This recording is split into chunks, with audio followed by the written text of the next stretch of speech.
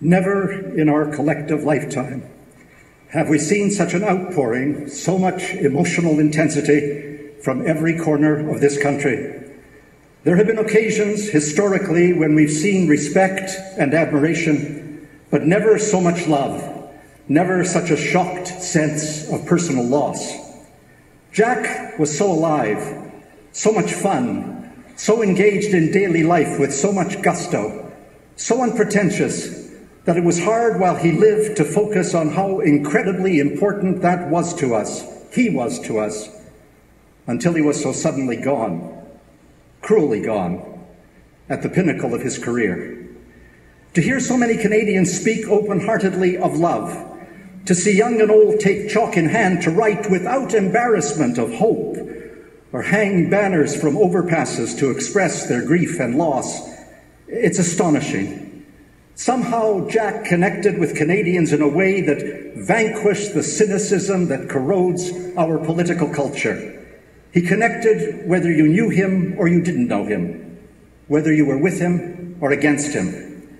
Jack simply radiated an authenticity, an honesty, and a commitment to his ideals that we now realize we've been thirsting for.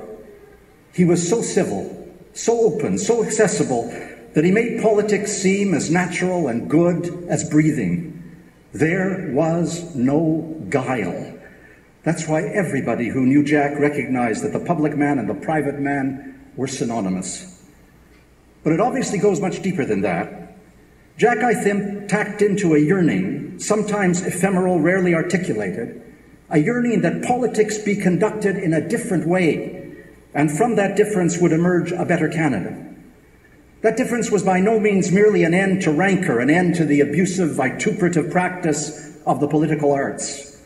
The difference was also, and critically, one of policy, a fundamentally different way of viewing the future of Canada.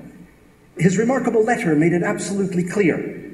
This was a testament written in the very throes of death that set out what Jack wanted for his caucus, for his party, for young people, for all Canadians.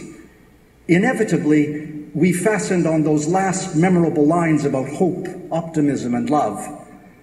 But the letter was, at its heart, a manifesto for social democracy. And if there was one word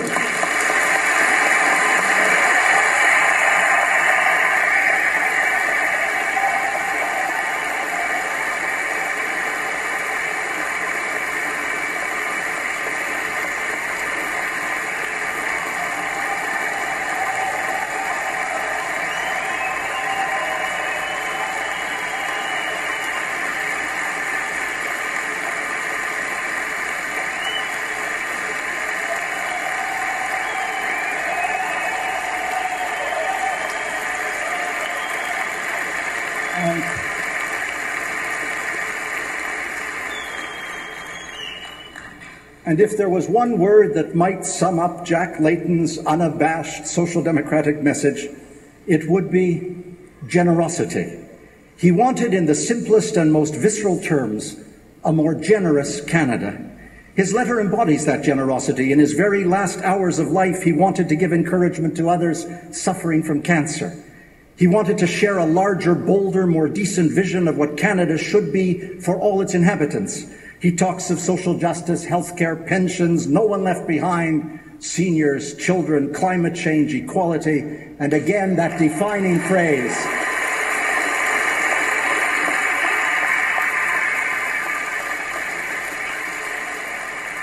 And again that defining phrase, a more inclusive and generous Canada. All of that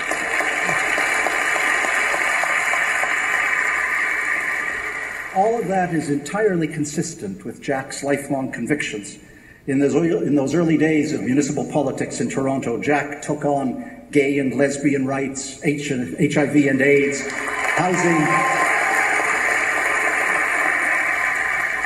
housing for the homeless, the White Ribbon campaign to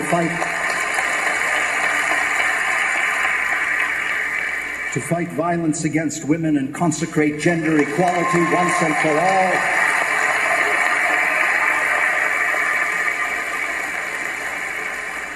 And of course, a succession of environmental innovations, bike lanes, wind power, the Toronto Atmospheric Fund.